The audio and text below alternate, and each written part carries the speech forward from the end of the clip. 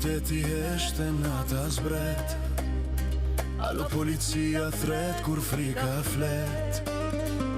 Ajo del pa zhurm, pa jetë të qet, me uniform mbi shpin betim që spret. Në sy ka forc, në zemër ka man, mes ligjit dhe jetës e cën përbal. Ku shtëpia flet, e drita shkon, alo policia ruan rendin ton. Me uniform në zemrës në trup, alo policia zëri që s'pushon sot. Grua në shpirt, polisë në rrug, një dritë që s'fiket në rësir të plot. Me uniform në zemrës në trup, alo policia zëri që s'pushon sot. Në forcë që jeton, me zemër në mbron, dhe në çdo errësirë ajo sfiton.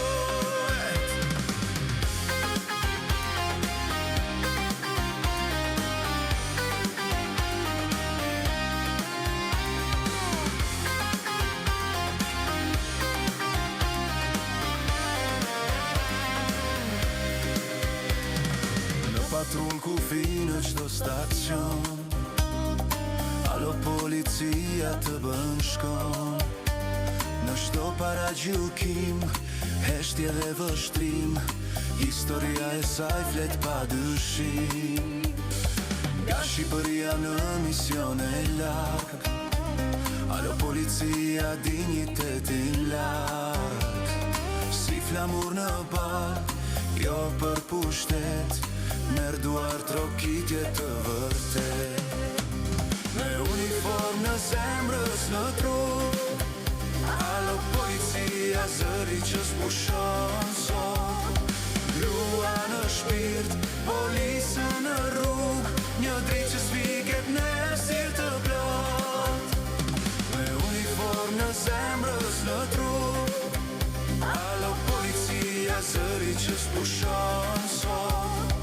Grua në shpirt, polisë në rrug, një dritë që s'fiket në errësirë të plot.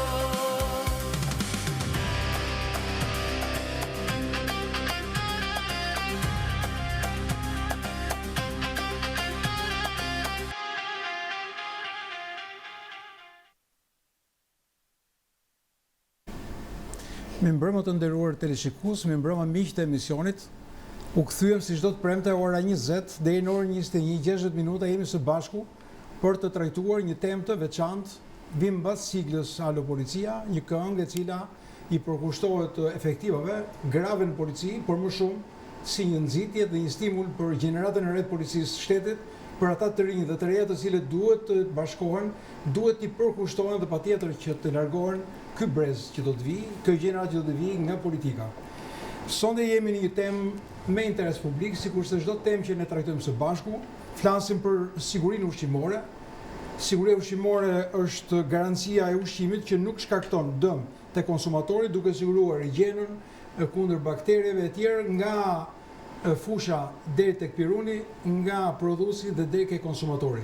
Sigurisht që kjo trajtohet me profesionistë, kam nderin dhe mirësinë të prezantoj të ftuarit e mi sot Anila Jançe, pedagoge dhe eksperte e mjedisi. Faleminderit, mirëmbrëma, mirë se erdhët në emision. Faleminderit për ftesën. Angelina Vuksani, pedagoge dhe eksperte për sigurinë ushqimore. Mirëmbrëma, faleminderit, mirë se erdhët në emision. Justina Golloshi, avokate, por njëkohësisht dhe e diplomuar në mos gaboj dhe në Institutin Bujqësor me formim të kësaj fushë. Mirëmbrëma, mirë se erdhët, njëkohësisht dhe avokate. Mirëmbrëma. Dhe së fundi lam Dilber. Faleminderit Fatjon. Balla është gazetar i portalit 5 pyetje. Më ke intervistuar disa herë, sot është dua parë që po të intervistoj dot. Faleminderit për prezantën tuaj në studio.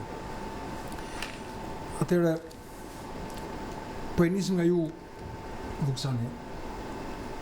Jo vetëm ekspert, jo vetëm pedagoge, po me sa di keni punuar edhe në AKU, një institucion i cili mbahet dhe duhet të jetë gardiani, ruajtësi i garancisë së sigurisë ushqimore. A është siguria ushqimore në vendin tonë e mbrojtur me ligj, a I ka Shqipëria ligjet si në Bashkimin Evropian? Këto janë reale, a I ne kërkojmë për të hyrë në Bashkimin Evropian apo janë formale? Sa jemi të mbrojtur? Sa është mbrojtur konsumatori? Atëherë unë po nis nga kjo e fundit. Për të thënë, për të kuptuar se sa I mbrojtur është konsumatori, unë po e nis nga 2 deklaratat e fundit të kryeministrit shqiptar.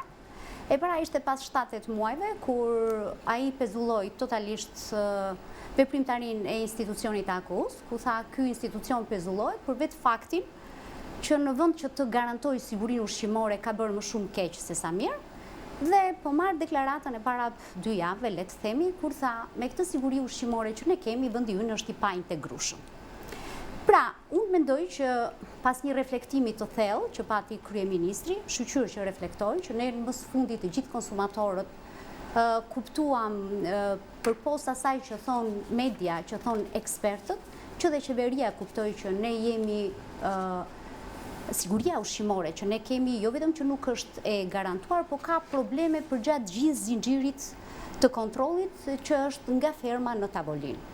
Dhe në fakt nuk është vetëm autoriteti kombëtar I ushqimit që çedon për garantimin e sigurisë ushqimore, sepse në fakt janë 4 institucione përgjegjës për garantimin e sigurisë ushqimore, të cilët janë Autoriteti Kombëtar I Ushqimit, është AKVMB-ja, Agjencia Kombëtare e Veterinarisë dhe e Mbrojtjes së Bimëve, është Agjencia e Peshkimit dhe natyrisht edhe Laboratori I Referencës që është ISUVI. Pra janë këto 4 institucione të cilat janë përgjegjës për kontrollin dhe për garantimin e sigurisë ushqimore. Në opinionin tim, legjislacioni është, po të nisemi të referohemi progres raportit të fundit që kemi, është që Shqipëria I ka mungesë të theksuara të parafrimit të legjislacionit me legjislacionin e BE-s, ka probleme të mëdha me kapacitetet për transparencën, për të vlerësuar transparencën, statistikat, ka probleme me statistikat, pra kur themi statistika, kemi të bëjmë me kontrollet zyrtare, me analizat, me problematikën, dhe në fakt, në qoftë se nuk ka statistika, gjithë ne që jemi këtu e dim, që pas statistika ti nuk mund të bësh analizë të mirëfillt.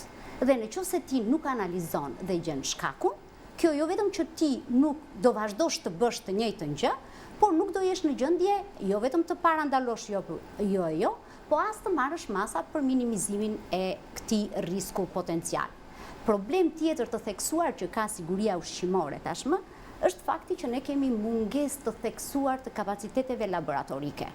Dhe kjo vjen edhe me mungesë të analizave të akredituara, sepse shpesh herë konsumatori nuk ka, do më thënë si ta di, por ka 2 koncepte. Ka laborator të akredituar, që akreditohet për faktin që nga marrja e mostrës dhe deri tek analizimi I saj, por gjithashtu ka dhe akreditim të analizës, të vetë analizës, për të njohur dhe për të qenë analiza zyrtare. Kemi probleme të mëdha me kontrollin në pikat e inspektimit kufitar. Ka mungesë të theksuar të ambienteve frigoriferike dhe karantinore. Çdo të thotë. Do të thotë që kontrollet që kryen që në portën e parë që duhet të ndaloj produkte të cilat mund të jenë risk për kontaminimin e shëndetit të konsumatorit, në fakt nuk kanë infrastrukturën e përshtatshme, e domosdoshme, jo të përshtatshme, për të kryer kontrolle sipas standardeve. Çdo të thotë mungesë e ambienteve frigoriferike në pikat e inspektimit kufitar. Do të thotë që ai mishi që vjen në temperaturën -18 gradë, inspektimi, kontrolli I tij duhet të kryhet në këtë temperaturë, pra këtu hyn mungesa e ambienteve frigoriferike dhe ulja e kësaj temperature, qoftë edhe me 2 gradë, jo më shumë, përbën rrezik kontaminimi nga patogen të ndryshëm. Problemi tjetër me mungesën e ambienteve karantinore në pikat e inspektimit kufitar është fakti që në rastin e një smundje, pra kafshët, shpendët, që mund të dyshohet për një smundje karantinore, nuk kemi ambiente karantinore që t'i lëmë aty, të mos lejohen të hyjnë në territorin e Shqipërisë që kjo smundje, ky virus apo kjo të përhapet në të gjithë territorin. Problemet të mëdha kemi me kapacitete tekniko-profesionale që ka institucioni në mënyrë të tillë që të garantoj standard gjatë kontrolleve të sigurisë ushqimore. Një tjetër fakt, këto janë të gjitha tek progres raporti I fundit I IBE-s, nuk janë të thëna nga unë, janë analiza e detajuar që i ka bërë Bashkimi Evropian Sigurisë Ushqimore në Shqipëri dhe progres raporti, për ta ditur konsumatori, vjen nga raportimi i secilit institucion në BE. Pra, ka raportime frekuente çdo 3 muaj dhe mbi bazën e këtyre raportimeve krijohet ai raporti që në opinionin tim, po është de facto, është në këto kushte jemi për t'ja u lënë dhe kolegëve se ka vazhdimisht. Atëherë njëta pyetje edhe për Joanila. Ka një problem, në mos gaboj, këto 2 ditë të fundit që është vërejtur nga Gjermania, në mos gaboj, për një kompani që prodhonte dhe shet qumësht për foshnjët. Dhe është kërkuar të largohet nga qarkullimi në disa vende. Kjo është një kompani franceze. Çfarë produkti ka dhe të mendosh që është për foshnjët, pyeni nën, kushdo që është nën, po dhe çdo njeri tjetër, mendoni ku shkon rreziku i përdorimit dhe sigurisë ushqimore. Çfarë është gjetur te ky qumshi? Çfarë lëndë është? Çfarë rreziku ka? Duke qenë se Autoriteti Kombëtar i Ushqimit rolin kryesor, duke qenë se është institucioni qendror i cili monitoron dhe inspekton të gjitha produktet për të siguruar cilësinë dhe sigurinë ushqimore dhe njëkohësisht edhe shëndetin publik, në këtë rast ka vërejtur që në kutitë e qumshtit është gjetur një bakter i tipit të Bacillus, i cili pretendohet që shkakton probleme në organizmin e foshnjëve. Duke qenë se organizmi, dhe kemi të bëjmë me një organizëm të sapo ardhur në jetë, nuk i ka mekanizmat e duhur mbrojtës dhe nuk ka një sistem imunitar ende të fuqishëm, nuk mund të shfaqë probleme shëndetësore serioze për individët ose foshnjat të cilët konsumojnë dhe janë konsumator dhe ushqehen nga nënat pikërisht me produktin i cili është kërkuar në deklaratën zyrtare të Autoritetit Kombëtar të Ushqimit të tërhiqet nga tregu. Dhe normalisht ditët e fundit ka pasur reagim jo vetëm nga Autoriteti Kombëtar i Ushqimit në deklaratën zyrtare, por dhe nga subjektet të cilat e tregtojnë. Pra e tregtojnë këtë pjesën ose këtë produkt po themi ushqimor, të cilat kanë referuar dhe kanë deklaruar asgjësimin e plotë të këtij produkti. Mendohet që ka, po themi, baktere të tipit të Bacillus, të cilat shkaktojnë probleme që mund të jenë probleme gastrointestinale tek foshnjët, por mund të jenë probleme që reagojnë në sistemin imunitar, por mund të jenë probleme që janë dhe në shkaqe neurologjike. Pra, organizmi duke qenë i ndryshëm, ne nuk mund të jemi në gjendje të gjykojmë se çfarë realisht shkakton qumshti i kontaminuar i cili është futur në tregun ushqimor dhe është konsumuar është marrë nga nëna dhe është konsumuar normalisht nga foshnjët. Vuksani tha për laboratore të akredituara dhe produkte të akredituara. Atëherë, si është e mundur që i kemi në këto laboratore, janë laboratoret tona në gjendje dhe si shpjegohet që produktet tona ndalohen në Kroaci, ndalohen në vende tjera dhe bllokohen? Po sepse sistemi monitorimit, mungesë kontrolli apo është çështje e laboratorëve tonë? Mungesë serioziteti në kontrollin e të gjithë hallkave të kontrollit të zinxhirit ushqimor, pika e parë, dhe dyta është në momentin që ne kemi një laborator reference, që është laboratori i sigurisë ushqimore dhe veterinarisë, ka kapacitete laboratorike të cilat kryen dhe i nështrohen dhe kryen analiza të certifikuara, por ende nuk kemi në nivelet e duhura për të kryer të gjithat i të nështruar analizave më të thelluara. Qofshin këto analiza për sa i përket kampioneve në mbetje pesticidesh, mund kemi probleme në mbetje hormonesh ose në mbetje kimikatesh të caktuara. Mund kemi dhe një ndotje mikrobiologjike. Pra, ne kemi analiza dhe realizohen analiza, por nuk i kemi në nivele të thelluara. Dhe kolegja e tha pak më parë, kemi nga auditi që është bërë nga Bashkimi Evropian, nga inspektorët e Bashkimit Evropian, ka rezultuar që ka mungesë dhe ka, po themi, predispozit për të zgjeruar dhe për të forcuar kapacitetet laboratorike, sepse ende kemi shumë punë për të zhvilluar dhe për të fuqizuar, po themi, diagnostikën ose shkallën diagnostikuese në mënyrë që ne të ndërtojmë një laborator reference që i përshtatet në përputhje me laboratorët e referencës të vendeve të Bashkimit Evropian. Pra duhet i përafrohemi, ende jemi kemi në mungesë kapacitete, kemi në mungesë numër analiza, sepse nuk mund të flasim vetëm për analiza ose një laborator certifikuar, por kemi dhe analiza specifike të cilat duhet të jenë certifikuara. Kemi ardhur në rritje të numrit të analizave, por ende duhet shumë punë që të rrisim numrin e analizave që të shkojnë në një monitorim më të thellë të produkteve. Në disa vende që shqiptarët sigurisht ata që na dëgjojnë e dinë që po të shkosh në Maqedoni, po më falni në Maltezi. Len Itali, po flasim Maqedonin, në Malinezi, ka në pikën kufitare thot jo qumshin e ndaluar me vete, jo djathin dhe jo mishin. Tani është çështje që nuk kanë besim nga produktet tona dhe këta mund të krijojnë probleme qytetarëve të atyre vendeve? Apo nuk janë të njohura, të akredituara dhe nuk kanë besim tek produktet shqiptare?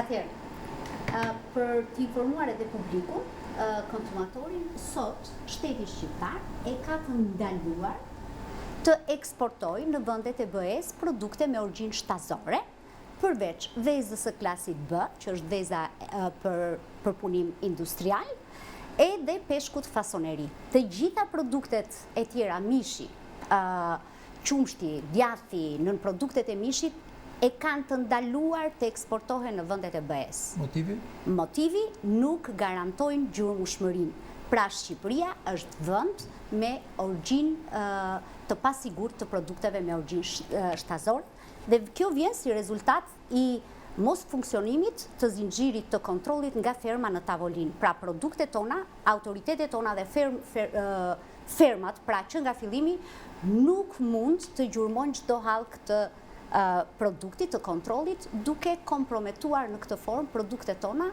dhe ne jemi një vend me risk të lartë dhe që nuk na pranojnë eksportet. Ky është edhe problemi më i madh që ka sot siguria ushqimore. Dhe kur folëm për analizat, unë po ju them një fakt tjetër, çfarë analize nuk kryhet në Shqipëri për të kuptuar ku jemi.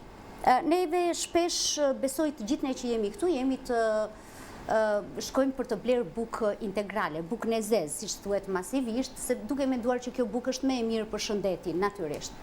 Por, në fakt, autoritetet apo shteti shqiptar nuk ka kapacitete laboratorike për të verifikuar nëse kjo buka e zezë vjen si rezultat i cilësisë së miellit, pra i cilësisë së mirë të miellit, apo vjen si rezultat i ngjyrusve që shtohen në bukë apo edhe përmirësuesve artificial. Pra shteti shqiptar, sot që flasim për produktin më masiv. Ky është mashtrim apo jo?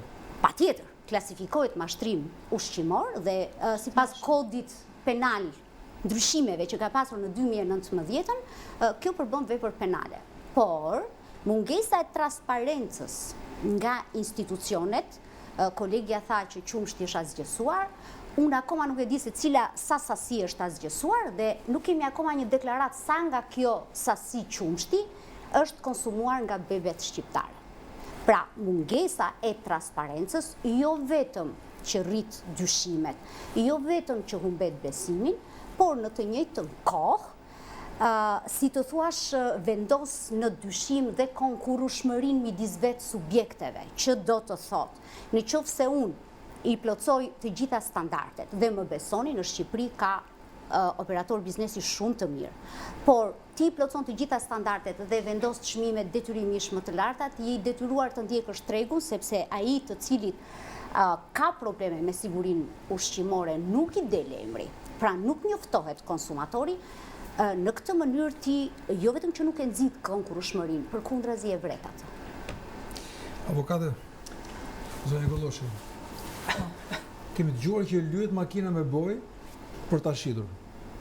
Po që të lyhet dhe buka me bojë për ta konsumuar, është një tregti e rëndë dhe të luash me jetën edhe me fatin e qytetarëve shqiptar, ku në fundit varfëria, problemet, hallet, shqetësimet që kanë në banesa apo në ambientin social, është tjetër gjë, po nuk mjafton kjo, po duhet ta godasim dhe ne po shtojmë kodin penal, po çik është kodin penal. Për gjëra të tjera, po trefishohet, nuk pam gjë ke kodi penal, ta shpërsohet lidhur me sigurinë ushqimore. Atëherë, me sa dëgjuam edhe profesionistët e fushës në lidhje me sa relatuan, duket në fakt shumë e frikshme për sa i përket futjes këtyre artikujve ushqimor dhe në mas, do më thënë, si që është mielli, po themi, dhe nëse ai, do më thënë, përdoret me ngjyrues, kjo, do më thënë, duhet parë me seriozitet nga strukturat përkatëse të cilat janë në funksion të kontrollit. Pa kaluar tek nenet të cilat japin dëshkimin, që përbën bazën penale, që është neni 288 dhe 288A, unë mendoj që duhet të përmendim disa ligje të cilat tashmë ne i kemi, por nuk e di sa zbatohen, dhe duke që nuk zbatohen mirë, sepse kemi ligjin bazë që është ligji numër 9863 i 2008-ës për sigurinë ushqimore. Dhe për këtë, do me thënë, po, për sigurinë ushqimore, që përgjegjëse, do me thënë, për këtë është Ministria e Ushqimit, e Bujqësisë dhe Zhvillimeve Rurale, do me thënë me emërtesën e re. Por që patjetër ka disa ligje të tjera të cilat janë aktualisht, që duhen zbatuar, dhe kryesisht është ligji 9863, është i 2008-ës për ushqimin, akreditimet dhe sa përmendëm. Është ligji gjithashtu i 2019-ës për skemat e cilësisë dhe produktet bujqësore dhe ushqimore. Kemi edhe ligjin për shërbimin veterinar, që edhe u përmend pak nga profesoresha, që është ligji 10.465 e 2011-ës, që ka të bëj për mbrojtjen e bimëve, fillon me mbrojtjen e bimëve, sepse nga bimët ne dim që vinë frutat, perimet e me radhë, dhe këtu do me thënë nuk përmend se sa mbas një laboratori që mund t'i bëhet verifikimi sa është mbetja këtyre pesticideve, kimikateve e me radhë, dhe kjo për mua është vërtet jo për të dhe një frikë tek audienca dhe tek populli, po është do me thënë një alarm i madh, sepse ne për ditë do me thënë jemi të pasigurt, çfarë do bëhet me ne, do me thënë ku të blesh, nuk e garanci. Pse? Sepse askush nuk del të jap një garanci për prodhimin, shitjen e këtyre produkteve dhe përbërjen e këtyre produkteve. Patjetër që marshi i dënimit nga neni 288 është deri në 10 vite burgim për prodhimin, shitjen e këtyre produkteve që kanë rrezikshmëri të lartë, por edhe do të ndërpres, kalojmë një spot publicitar dhe rikthehemi përsëri në studio. Dakor. U kthyem përsëri në pjesën e dytë të emisionit Alo Policia, Siguria në Fokus, edhe gjatë kohës që ishim në spot publicitar, patëm një vazhdimin e argumentave dhe kundër argumentave lidhur me shqetësimet që ka për sigurinë ushqimore.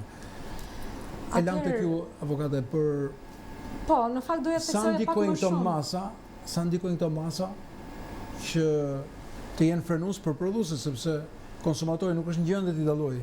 Nuk është në gjendje, konsumatori është pjesa që është e viktimizuar në momentin që përdor produkte të skaduara, përdor produkte me pesticide, me her pas herë problematika që ka qumshti, veza, mishi. Me patogen, me smundje zoonotike, pra ka goxha probleme. Ne flasim vetëm për pesticidet dhe këtë, por gama e rreziqeve që vijnë nga ushqimi është më e madhe. Ne kemi prekjen me salmonel, prekjen nga baktere të ndryshme, nga viruse. Kemi smundje ndryshme që kanë qytetarët që mund të jenë pjesë dhe ndikim nga vetë Patjetër, ushqimi, atëre problemi më i madh që ka ushqimi është fakti që kjo nuk ka shenja akute të problemeve përveç helmimit nga ushqimi, ndërsa mbetja e pesticideve, metalet e rënda që mund të jenë, aflatoksina dhe të gjitha këto problemet janë afatgjat, pra bivendosen në organizëm, aditivët që janë kohët e fundit, një studim i OBSH-s tha që mishrat e procesuara, pra sallamet në produktet e mishit, janë shkaktarë, renditen në rangun e parë, pra janë shkaktarët numër 1 të kancerit të zorës së tras, pra të shkaktimit të kancerit. Pra konsiderohet numri 1. Por mendoj të gjitha këto dhe organizmin pak sot, pak nesër, sepse ne nuk kuptojmë edhe shumatore. Sot bota, po njerëzit, po rrezikohen edhe nga superbakteret. Sepse duke marrë neve vazhdimisht marrim antibiotik pa e kuptuar, nuk tham këtë gjën tjetër, e marrim nga qumshti, e marrim nga mishi, sepse shpesh herë përdorimi i antibiotikëve dhe jo vetëm në Shqipëri, por në Shqipëri është totalisht i pakontrolluar, përdoret në shumë raste, edhe kjo është përdoret për parandalimin, sidomos pjesa e shpendve, pra pularit, duke pasur një numër shumë të madh të shpendve, në qoftë se bie gripi shpendve, ato brenda një jave zhduken të gjitha. Dhe për të parandaluar këtë, shpesh herë u japin, trajtohen me antibiotik, pra pa u smurur. Po kështu edhe kafshët dhe qumshti dhe mishi kanë mbetje antibiotikësh që ne fillojnë dhe mbivendosen në organizmin ton pa e kuptuar. Kjo po bën që ne do kthehemi, po krijohen superbakteret që do jetë shumë e vështirë që antibiotikët të kurojnë, pastaj dhe të shërojnë njerëzit që do jenë të prekur nga rezistenca ndaj bakterit, por rritet pikërisht për faktin që ne jemi të ekspozuar vazhdimisht ndaj baktereve që marrim nëpërmjet konsumimit të produkteve ushqimore. Zoti Balla, jeni pjesë e gazetarisë dhe si tillë informacioni që keni dhe informacioni që përcjellni për publikun ndikon për të krijuar të quhet presion social. Presion social do të thotë që institucionet bëhen më funksionale në momentin që ka media ngren problematika, ekspozon problematika dhe pastaj fillojnë lëvizjen dhe institucionet. Pra, shikojmë që her pas here institucionet nuk janë në avantgardë të paraprim për të parandaluar ngjarje, po janë thjesht për të shkuar për pasojat dhe për ndjekur pasojat dhe për të vendosur gjoba apo për të bllokuar produktin. Ndërkohë që ai produkt është konsumuar dhe atë e dinë ata njerëz të cilët kanë kaluar atë periudhë të konsumit të këtyre lëndëve. Në fakt media është ajo që i vendos lëvizje, edhe për rastin e fundit edhe të qumshit, por edhe të informimit, por ka dhe atë pjesën tjetër të alarmit, që me ato që tha zonja Vuksani, unë jam dakord ato që ndrojnë, por edhe për ta marrë dhe në pjesën e medias për të mos e ngritur alarmin, për të mos e bërë kaq të frikshme edhe situatën kaq të zezë. Sigurisht ne nuk është se kemi ndonjë shumë ku të bazohemi për të informuar, se ky rast nuk është do një gjykim, do një trajtim, është ose është, do bazohemi te AKU-ja, te ministria, te laboratorët, te sistemi referencës nga jashtë. Tani problemi është koha nga njoftimi i sistemit të referencës së Bashkimit Evropian tek AKU-ja, që zoja Vuksani e di më mirë sa njoftimi i konsumatorëve. Ndoshta në këtë mes duhet bërë një fushat më mirë, më shpejt, si për rastin e Aftamilit që ishin shpërndar 276 kuti në mos gaboj, që për të vajtur informacioni për të mos u përcjell vetëm një njoftim, ndoshta shoqërohej edhe me një fushat, jo vetëm për ndjeshmërinë që janë foshjet, fëmijët ata që kanë konsumuar, por edhe për raste të tjera. Prandaj nisu nga ajo që u tha, më shumë se pjesa e medias, por edhe si qytetar, unë mendoj që kjo duhet trajtuar edhe për faktin atje ku do shkojmë, në Bashkimin Evropian, që së pari tjetë bëja këtu, pastaj të shkojmë në atje, mendoj që duhet parë në dy këndvështrime fusha e sigurisë ushqimore. AKU-ja në vetë është varësi të ministrisë, por për mua do të jetë ministrin vete e ushqimit. Edhe duhet paralelisht bëhet një vetting nga fermeri. Unë jam me fermerin, por jo të gjithë janë ata problematikët, sepse janë segmente të saktuara që njollosin tregun. Ndërkohë që nga fermeri, grumbulluesi, tregjet e hapura etj, sepse problemi tani dy janë te konsumatori shqiptar, në dy pika ka besim për momentin. Ka tek individi, tek tregjet e hapura, sepse pavarësisht se policia bashkiake mund t'i largojë ata që shesin ato bidonët me qumësht etj, aty ka prap besim që shkojnë për të blerë. Pastaj është pjesa tjetër, nëse në pjesën e verilindjes është verilindja, kemi të gjithë zonën e Kukësit e pjesën tjetër që janë drejtuar drejt Kosovës, me shumë cilësi edhe në raport me çmimin. Pjesa e Shkodrës është në Malzi, pjesa e Maqedonisë kemi zonën e Korçës dhe Progradesit.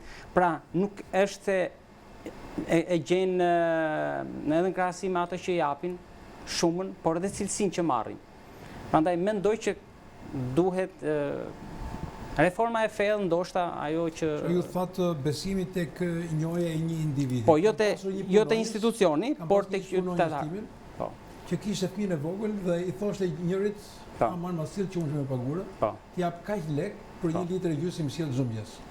Dhe mas shumë kohësh konstatova rastësisht që ishte diçka që nuk e mora në momentin e parë, e lash e harrova mbas derës, dhe kur e mora pash diçka që ishte e verdhë, e pyeta çfarë është. E kuptova që ai kishte bërë konservant urinën e lopës.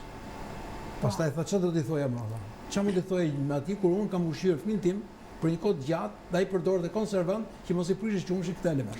Fatjon për marrë këtë individin. Për individin lejo të them diçka edhe më shumë për batut me që më dolët tek kjo, sepse ka raste specifike.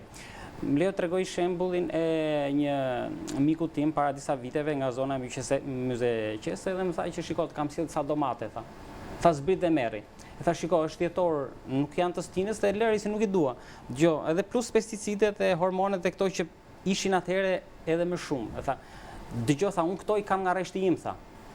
Pra, edhe momenti i mbjedhjes së tyre, pra, ndryshe për të shit, ndryshe për të konsumuar vetë ata. Por këta mund të jenë individ të saktuar, unë jam me fermerin këtu, nuk duhet që të njollosen të gjithë.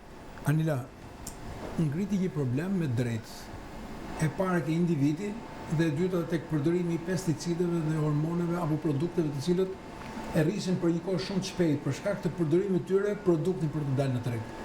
Sepse kushtet klimatike kanë ndryshuar, klima nuk është më si më parë dhe si tillë është shumë e vështirë dhe të besojmë, po themi që ato produkte që marrin në familje të jenë të mbrojtura pikërisht nga kjo gjë.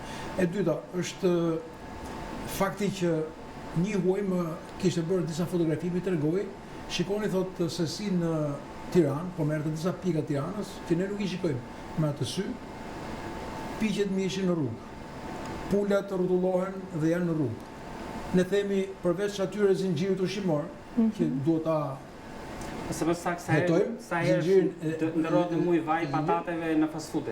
Mendoni që është ndotja e ajrit, ju jeni ambientaliste, ndotja e ajrit, ai karburanti që digjet dhe tjerë dhe ky shkon pikërisht ai produkt që konsumohet nga qytetarët që ulen dhe të konsumojnë ata. Thot zoti Balla që mund të kthehet AKU-ja në një ministri. A janë mjaftueshme këta institucione që kemi, laboratorët që kemi, a jemi në gjendjen e që të bëhemi një antar të Bashkimit Evropian Day, jo vetëm me ligje, por të bëhemi realisht më dha parë për qytetarët. Sepse ndoshta ai që ka para mund shkojë në supermarket të shtrenjtë, ndoshta produkti marrin jashtë. Po ai qytetari që konsumon çdo ditë, shkon ndoshta edhe ke një çmim që është më i lirë. Nga kush do të ruhemi? Nga mishi, nga qumshi, nga vezët. Duhet të ruhemi nga zarzavatet, nga frutat. Nga çdo gjë do të ruhemi. Atëherë çfarë garancie kemi ne për këtë dhe si mendoni ju, si ekspertë? Mendimi juaj, çfarë zgjidhjesh mund të kemi? Atëherë, në momentin që ne kemi një shkallë të lartë informaliteti në Shqipëri, që do të thotë ne kemi tregje lokale, ne kemi burime informale të cilat tregtojnë dhe shpërndajnë produktet, nuk mund të flasim dhe të garantojmë një siguri ose një zinxhir të sigurisë ushqimore. Në momentin që nuk janë respektuar të gjitha hallkat e kontrollit zinxhirit ushqimor, nuk konsiderohet një ushqim i sigurt dhe nuk përkthehet një ushqim i sigurt për konsumatorin. Pikërisht, ne mund të kemi organet kompetente të cilat, po themi, mbikëqyrin monitorojnë, por nuk kemi qëndrueshmërinë në zbatimin e këtyre protokolleve e manualeve të cilat ka ende punë për të harmonizuar dhe për të shkuar drejt standardeve të Bashkimit Evropian. Në këto kushte që jemi, Çfarë pengon këtë? Ne nuk kemi kapacitete të mjaftueshme për të realizuar, domethënë, këtë lloj kontrolli të zinxhirit ushqimor. Duhet të ulet dhe të ketë një shkallë më të ulët të informalitetit dhe gjithashtu një transparencë më të lartë. Në vendet e Bashkimit Evropian, transparenca është një shkallë shumë të lartë. Në momentin që një produkt evidentohet si problematik, qytetari informohet, bëhet publik lajmi dhe tërhiqet produkti nga tregu. Në vendin tonë bëhet i ditur vetëm kur bëhet një alarm mediatik. Transparenca mungon fare. Transparenca mungon fare. Por edhe tregjet informale, por edhe tregjet informale bëjnë punën e vet dhe ne nuk kemi një, po themi, përgjegjës për konkret ose përgjegjësia të shkojë individuale. Pra, kemi një shpërndarje të përgjegjësisë sepse kemi mungesë në të gjitha hallkat e zinxhirit ushqimor. Gjë që bën që ne në tavolinat tona të kemi një ushqim të pasigurt. Këto institucionet ja lënë njëri tjetrit? Pikërisht, sot që po flasim, ne në realiteti shqiptar është që ne kemi në tregjet dhe tregtohet në gjithë operatorët ushqimor, edhe në po themi subjekte të cilat ofrojnë konsumimin e ushqimit, ke ushqime të cilat vinë pa etiket, vinë pa vendin e origjinës, vinë pa një sistem gjurmëshmërie të verifikueshëm, pa një dokumentacion shoqërues, gjë që bën të mundur, por përgjësia nuk mund t'i mbesi askujt përderisa ka ardhur dhe nuk janë respektuar të gjitha hallkat e zinxhirit ushqimor. Dhe ku po themi bëhet, po themi është piknisja për sa i përket produkteve që vinë në vendin tonë, fillon që nga ferma dhe deri në truezën e konsumatorit ose deri në truezën tonë praktikisht. Ndërkohë, për produktet e importuara ne kemi pikat e inspektimit kufitar, ku kemi një bashkëpunim dhe bashkërendim të organeve, qoftë autoritetit kombëtar të ushqimit, për qoftë autoritetit doganor. Në pjesën e autoritetit kombëtar të ushqimit, inspektorët përkatës monitorojnë të gjithë dokumentacionin shoqërues të ngarkesës e cila synon që të hyjë në tregun vendas dhe më pas nëpërmjet dhe nëse verifikon dhe lind dyshimi për nevoja dhe për analiza të mëtejshme nëpërmjet sistemit të ftohtë ose po themi sistemit frigoriferik, nëpërmjet kiteve përkatëse, i merr mostra dhe i çon në laboratorin e referencës kombëtare që është laboratori Instituti Sigurisë dhe Veterinarisë. Në momenti që konstatohet më pas në bazë të analizave laboratorike, konstatohet që ka një ngarkesë, që mund të jetë ngarkesë me patogjen, mund të jetë një mbetje kimikatesh, mund të jetë edhe një ngarkesë ose një ndotje biologjike, atëherë ka të drejtën që të vendosë aksione administrative. Dhe sanksionet administrative mund të çojnë në bllokim ngarkesës, mund të çojnë më pas edhe në mbyllje të subjekteve në cilat ose operatorëve në cilat tregtojnë dhe marketojnë ushqime që nuk janë të certifikuara plotësisht ose nuk kanë një garanci dhe nuk ofrojnë një garanci për konsumatorin dhe automatikisht më pas përkthehen në një rrezik potencial për shëndetin publik. Sepse nuk ka një ndjekje penale edhe për këto, sepse prandaj nëse nuk përfitojnë për vazhdim. Por nëse nuk respektohen por nëse nuk respektohen të gjitha hallkat e sistemit dhe kontrollit të zinxhirit ushqimor, nuk mund të etiketosh asnjë përgjegjës për sa i përket një produkti se ku ka ose ka çeduar ky proces. Ky proces mund të çedojë që në vendin e origjinës, që është vendi i prodhimit, po mund të çedojë edhe në pikën e grumbullimit, mund të çedojë edhe në transportin, por mund të çedojë edhe në mënyrën e shpërndarjes. Pra, kemi një mungesë që lind zoti Softa, mendoj se mediat do të bëjnë më shumë në këtë fushë. Një pyetje edhe për ekspertët në rastin e ministrit të helmuar që hyri nga Serbia. Nuk ishte vetëm një ngarkesë, disa u kapën, disa hyn. Tani na shkaktoi problemin që u bllokua dhe qumshti. Edhe tregtarët nuk po e shesin, ndërkohë që fabrikat po marrin nga jashtë, por në këtë rast konkret është faji në institucione në doganë besoj. Po, të pikat e inspektimit kufitar. Sepse në moment që hyri aty, me pas u shpërnda. Pikërisht, po. Pra, nëse nuk bllokohet në pikën e parë, problemi me pas shkon zinxhir. Atëherë ju keni punuar në AKU dhe si kontrollohen doganët? Ka ekspert, ka specialist AKU-s? Kush është në dogana? Se një doganier nuk është ekspert. Dhe ju folët për temperaturat. Unë e quaj siguria e ftohtë. Lidhur me ruajtjen, quhet siguria e ftohtë. Çfarë kushtesh ka? Një mish apo një produkt që vjen nga Argjentina. Vish nga Argjentina, cillesh mish në territorin shqiptar, çfarë sigurie ka? Sa muaj do, sa kohë do që të vinë këta produkte? Atëherë, bota i ka zgjidhur këto enigma për cilat ju përpyesni. Që të vi një kontenjer me mish të ngrirë nga Argentina, le të themi, kontenjeri që e përmban duhet jetë i pajisur me taograf, që është një pajisje që mat temperaturën gjatë gjithë rrugës. Dhe në qoftë se gjatë gjithë rrugës për 2 muaj, 3 muaj, sa thoni ju që mund të vi, temperatura ka rënë në poshtë -18 gradëve, ajo pastaj ngarkesa përbën problem dhe kthehet në vendin e origjinës. E rëndësishme është fakti a kontrollohet ky taografi me përpikmëri nga inspektorët e pikës i inspektimit kufitar. Dhe për të thënë bashkërendim me doganën, është fakti që dogana nuk mund të kaloj asnjë ngarkesë me origjinë për ushqimin apo fara, fidan, kafshë të gjalla, nëse nuk merr okejin paraprakisht nga inspektori i AKU-s, që do të thotë që inspektori i AKU-s përveç dokumentacionit shoqërus, po dhe kontrollit fizik të produkteve, kafshve, bimëve, apo produkteve të mbrojtjes veterinare, shikon që janë në rregull, vetëm atëherë jep okejin dhe dogana vetëm në këtë rast mund të kaloj produktet në territorin e vendit tonë. Me të drejtë gazetari tha, kush e ka faj në këtë rast pikat e inspektimit kufitar që s'kan bërë detyrën? Në fakt, këto ministri aflatoksina për hir të vërtetës nuk dallohet me sy të lirë. Dhe ministri vjen gjithmonë, çdo produkt vjen i shoqëruar me një certifikat analizash që do të thotë që i ka të gjithë parametrat. Dhe kjo inspektori me të drejtë nuk ka si të dyshoj, nëse nuk ka një sinjal dhe mund ta kaloj. Problemi vazhdon përshkallëzohet. Po inspektori që është në terren, në momentin që kryen një kontroll në magazinën ku shitet ky ushqimi për kafshët, a mori mostër për analizë dhe a e bëri të ditur këtë problem? Pra gjithmonë ne e dëgjojmë problemin ose nga media, ose zakonisht problemi vjen kur ne na bllokohet një ngarkesë nga vendet e BE-s, siç kemi pasur juve e dini tashmë mandarinat, specat, domatet, pra pafund. Juve thatë një... Pra nuk ka një transparencë të vazhdueshme. Ja u thash që në fillim. Media do të bëjë një punë edhe më të mirë për këtë. Unë personalisht nuk do rresht së falenderuari mediat, sepse sot në këtë ditë nuk është e lehtë të flasësh për ushqimin me gjithë problematikën që ka, dhe po të mos ishte media, ne nuk do të ishim këtu pra që të pranoj dhe të kuptoj realisht se ku jemi me sigurinë ushqimore, dhe ne themi që shiko këtu qëndrojnë të gjitha, po gjendja nuk është kaq, unë po ju them vetëm kaq. Në momentin që ne nuk do rregullojmë sigurinë ushqimore, jemi të pa integrueshëm. Më besoni, unë personalisht do doja të pajisesha me një pasaportë europiane që nesër.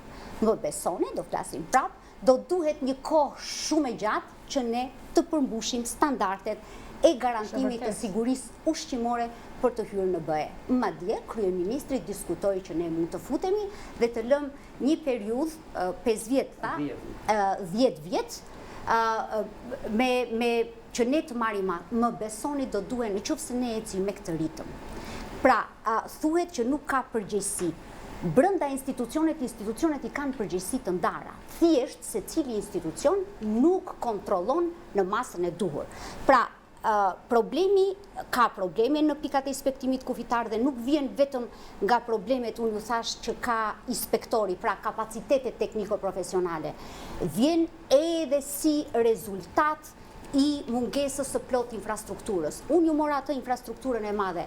Atja themi konsumatorit për ta kuptuar se ku është gjendja dhe më mirë. Aktualisht sot që flasim, Autoriteti Kombëtar i Ushqimit, inspektorët, e di me çfarë marrin atë mishin në -18 gradë në Durrës për ta çuar në po atë temperaturë, sepse ti duhet të ruash atë temperaturë që të mos komprometosh mostrën dhe analizën në fund. Pra duhet ta çosh në një temperaturë -18 gradë. E di me çfarë çojnë nga Durrësi në Tiranë me ato frigobokset që ne marrim në plazh. Madje sot Autoriteti Kombëtar i Ushqimit nuk ka as mjete për marrjen e mostrës dhe mjete një përdorimshe që do të certifikojnë mostrën. Pra komprometohet jo vetëm transporti i mostrës nëpërmjet mos ruajtjes së regjimit termik të caktuar, por natyrisht edhe certifikimi të asaj mostre që kjo mostra do shkojë që kur të hapet ajo plumçja të mos Po çfarë bën për këtë autoriteti? Për këtë nuk pyetem unë, këtë duhet pyetur autoriteti. Këtu dhe zonja ka qenë pjesa e AKU-s, të lutem për të sqaruar edhe për publikun, por edhe për transparencë tek shpejtësia e reagimit. Kishim rastin e akulloreve një vit para apo 2. Pra nga momenti që vjen njoftimi nga Bashkimi Evropian Zyra, tek njoftimi që jep AKU-ja, sa është shpejtësia e reagimit? Duhet jetë e menjëhershme, pra apo duhet kalojnë në hallka në filtra të tjerë? Atëherë, po ja u shpjegoj me 3 fjali. Sa po vjen njoftimi, në AKU ka një sektor specifik, që në fakt për hir të vërtetës rri online. Sa po vjen e shpërndan brenda 24 orëve. Ky 24 orë si shumë është? Brenda, thash, pra nuk e kalon se mund që pra dhe të shtunë dhe të diel nuk bëm. Ky sektori është shumë korrent, pra unë nuk thash 2 orë, 3 orë, po menjëherë sa i vjen njoftimi e shpërndan. Dhe e merr gjithë zinxhiri, pra e merr drejtori përgjithshëm, drejtori i kontrollit, drejtori i vlerësimit të riskut, pra gjithë kupola drejtuese marrin informacion mbi problemin. dhe e di në fakt në qoftë se do funksiononte sistemi gjurmëshmërisë sipas menit 25 të ligjit ushqimit, që çdo operator biznesi duhet të ketë një sistem gjurmëshmërie, që sistemi do të thotë që nga momenti që ti merr lëndën e parë deri kur e tregton, pra të gjitha këto hallkat që kalon, ti duhet të kesh sistem gjurmëshmërie, ku e more dhe ku e çove. Në qoftë se ky sistem nuk mbahet, për këtë vinë vonesat, ose për të fshehur, për të shitur, për të lejuar të tregtohet akoma produkti. Dhe në qoftë se në një shtet normal, mjaftojnë 48 orë, në qoftë se ka sistemi që ti të bësh bilancin, sa është shitur, sa të ka ngelur, që të paktën kjo sasia që ka ngelur të mos dali më asnjë gram në treg. Po, indicje vetë, fal Fatjone, vetëm diçka, indicje vetë mundet që të marr akuja, sepse për Aftamili qushin në Kosovë në fund të dhjetorit kishim një njoftim nga institucionet atje që e pezulluan për pak ditë. Pastaj ishte loti i dytë. Pra, duke parë çfarë ndodhte në rajon për të njëjtin produkt, mundet që të ndërmarrë? Patjetër. Është detyrim ligjor që ti menaxhon riskun, ka një drejtori të gjithë menaxhimi, pra ti ke një drejtori të tërë që vlerëson riskun, pra sa i rënd është ky risk për shëndetin e njeriut, në të njëjtën kohë edhe një drejtori për menaxhimin e riskut.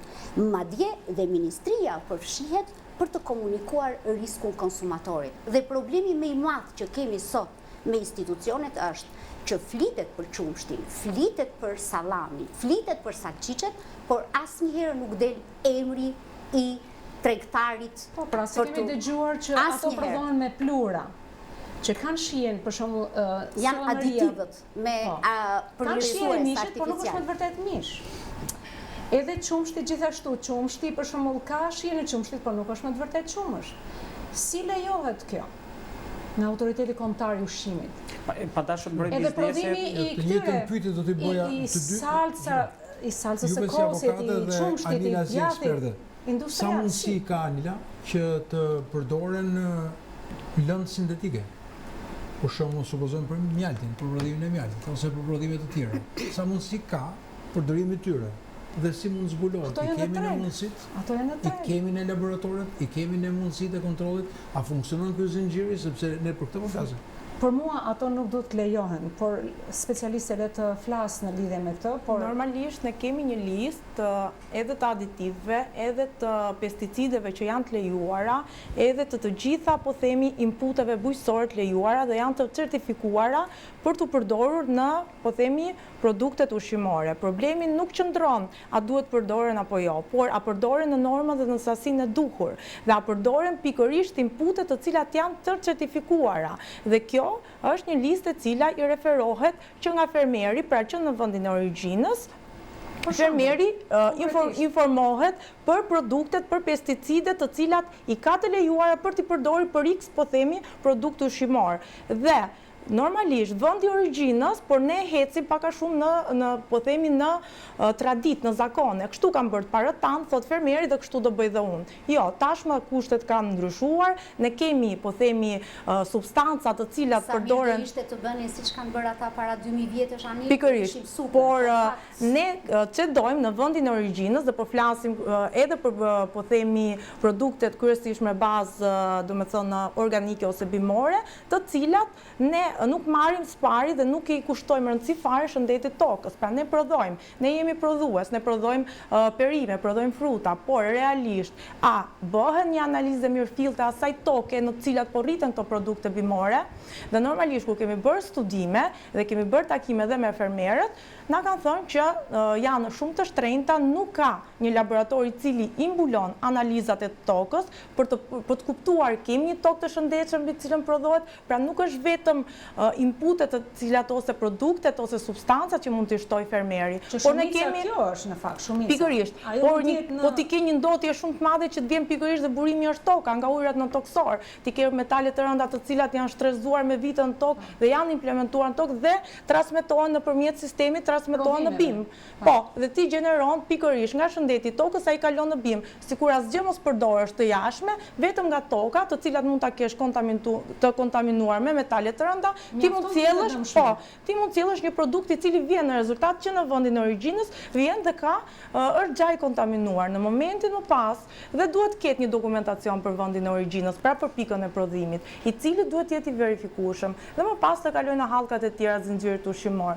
Pra, pesticidet, aditivët janë të lejuar dhe janë të standardizuara, por janë pikërisht ato që janë të lejuara në bazë protokolleve. Dhe një që lihet plotësisht në arrest është pikërisht shëndeti i tokës, ku kemi toka të cilat janë kryesisht dhe rezultojnë të ndotura me ngarkesat metaleve të rënda dhe me mbetje pesticidesh. Çfarë bën? Unë lidhe me lëngjet, sepse nuk i prekem fare këtë pjesë, domethënë, të lëngjeve që trajtohen në markete, supermarkete. Lëngjët që trajtohen në markete, supermarkete është përgjegjësi reale e operatorëve, po themi të biznesit, operatorëve ushqimor dhe e kontrollit që ushtrohet nga autoritetet dhe organet përkatëse.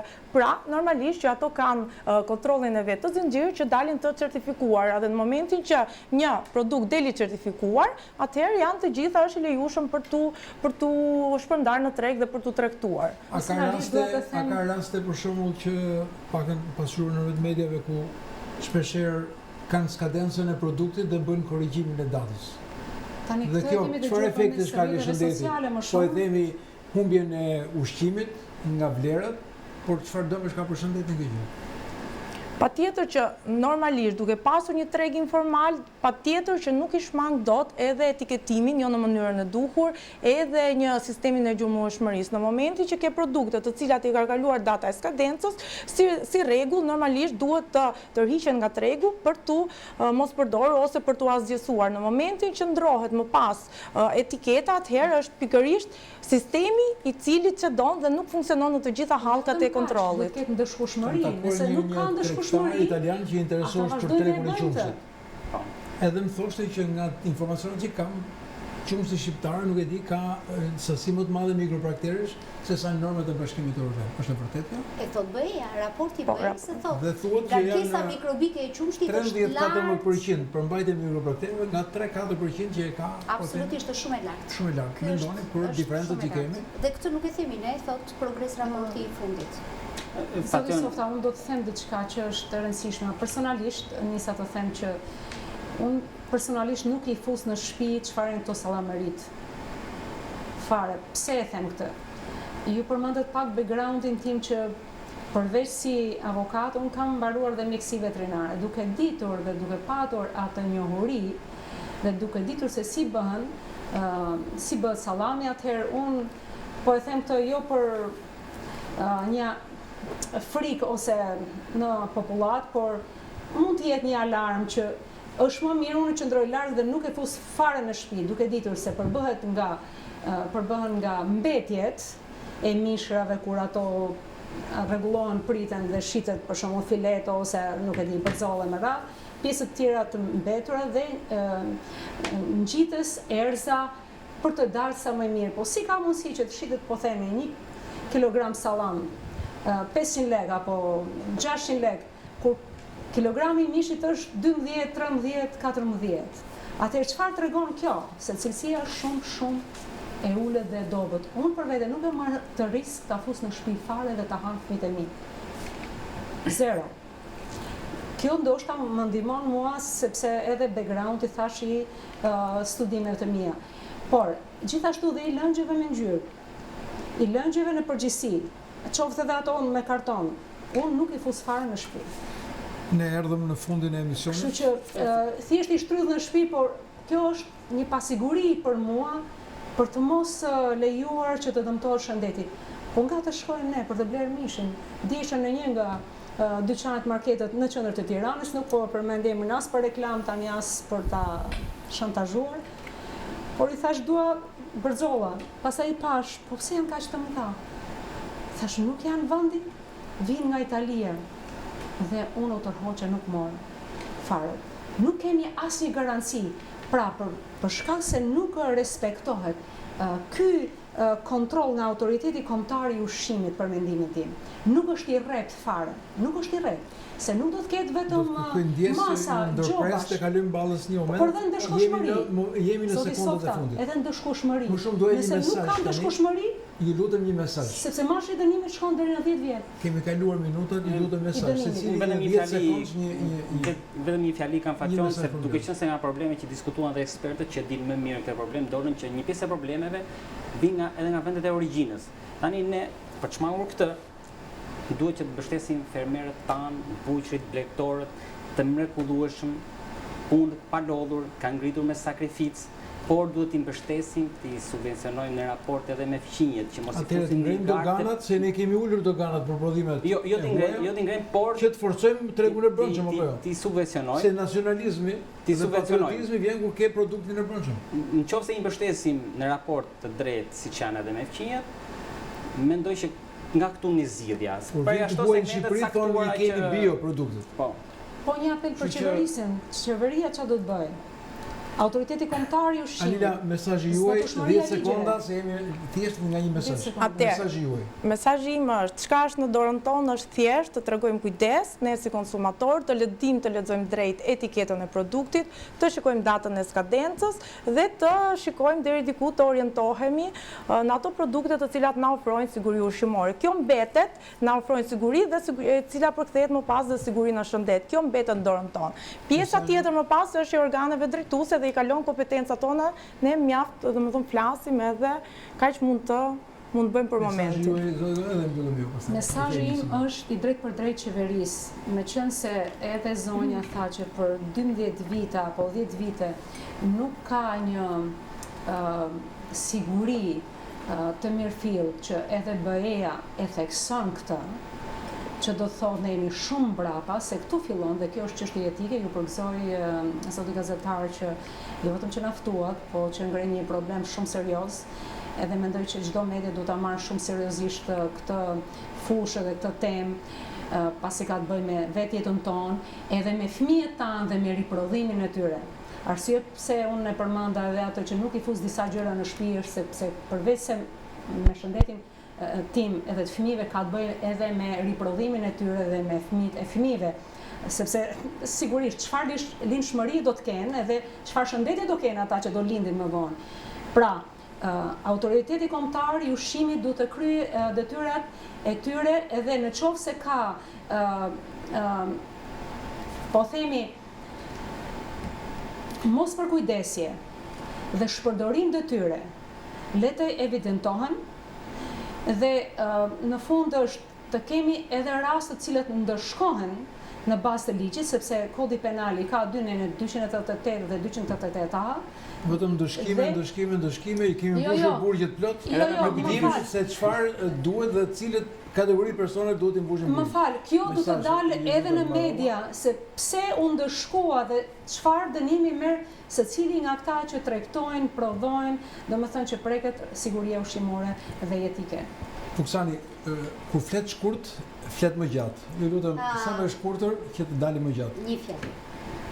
Përveç reformimit total të sistemit të sigurisë ushqimore, jo vetëm autoritetit kombëtar të ushqimit, siguria ushqimore fillon nga edukimi i konsumatorit. Do t'ju lutesha shumë që të gjitha edhe mediat, edhe Ministria e Arsimit ta fillojë edukimin që në shkollat fillore, sepse një konsumator i sensibilizuar, më besoni, është një konsumator që do t'i detyrojë organet të realizojnë detyrën për të cilat të paguajnë. Të nderuar teleshikues, unë më shumë kam qenë një qytetar se sa një moderator, sepse ashtu se dhe ju gjithë bashk kemi të njëjtën problem dhe të njëjtën shqetësim. Çfarë do të ushqejmë fëmijët dhe çfarë do të ushqejmë ne vetë çdo ditë për sigurinë ushqimore. Dhe AKU-ja, që deri dje ka qenë llokma e pushtetit, kush ta merrte nga partitë politike për të bërë koalicion, i merrnin partitë dhe shkonin tek AKU-ja, AKU-ja do të ishte mirë të gjendet një formë varësisë, nëse mund të jetë një ministri, nëse mund të jetë një institucion, nëse mund të jetë një institucion i pavarur, në kuptimin e një kontrolli të depolitizuar, sepse është shumë e rëndësishme siguria ushqimore. Dhe sot unë falenderoj për këtë moment që ne ndam në këtë panel. Anila Jançe, faleminderit për prezencën tuaj, edhe për ekspertizën.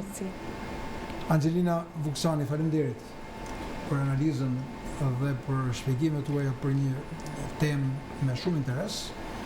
Faleminderit avokate Golloshi për ekspertizën, po edhe pozicionin kritik, sidomos për masën e dënimit ndaj të gjithë atyre të cilët abuzojnë me sigurinë ushqimore dhe me ushqimin. Unë jam dhe për të ndjekur qytet civile për dëmshpërblim në gjykat. Pra, sepse në qoftë se jeni të prekur nga kjo, ju lutem mos hezitoni të ngrem padi civile. Zoti Balla, faleminderit Faleminderit ju. për prezencën tuaj. Faleminderit të nderuar teleshikues. Jemi në fund. Ju falenderoj për kohën dhe vëmendjen.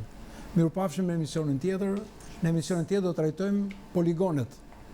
Siguria në ta, si funksionojnë, çfarë janë poligonet e Qitës. Mirupafshim, të premten tjetër.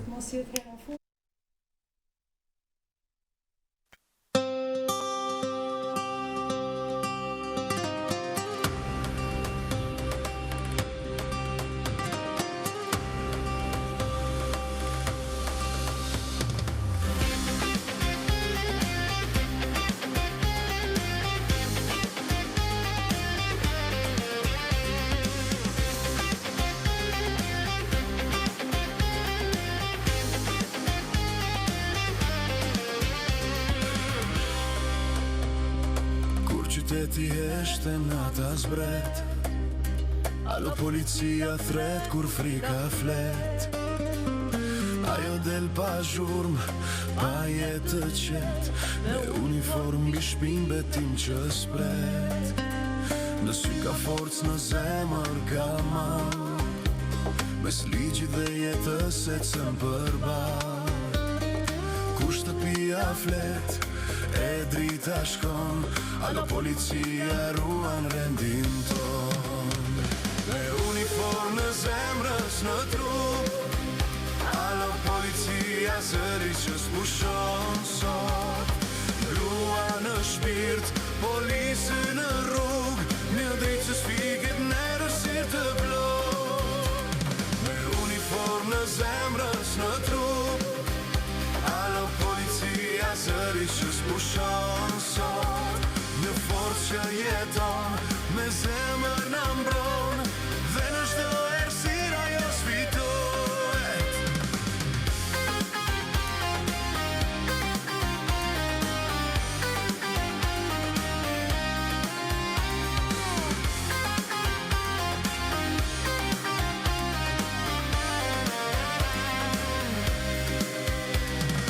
Në patrull kufi në çdo stacion, alo policia të bën shkon.